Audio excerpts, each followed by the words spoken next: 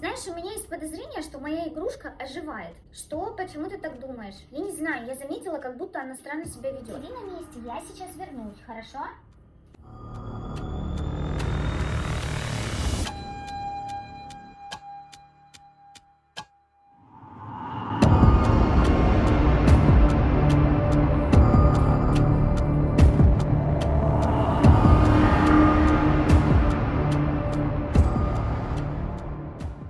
А тут ты что делаешь? Не знаю, может тебе показалось? Я тоже не знаю.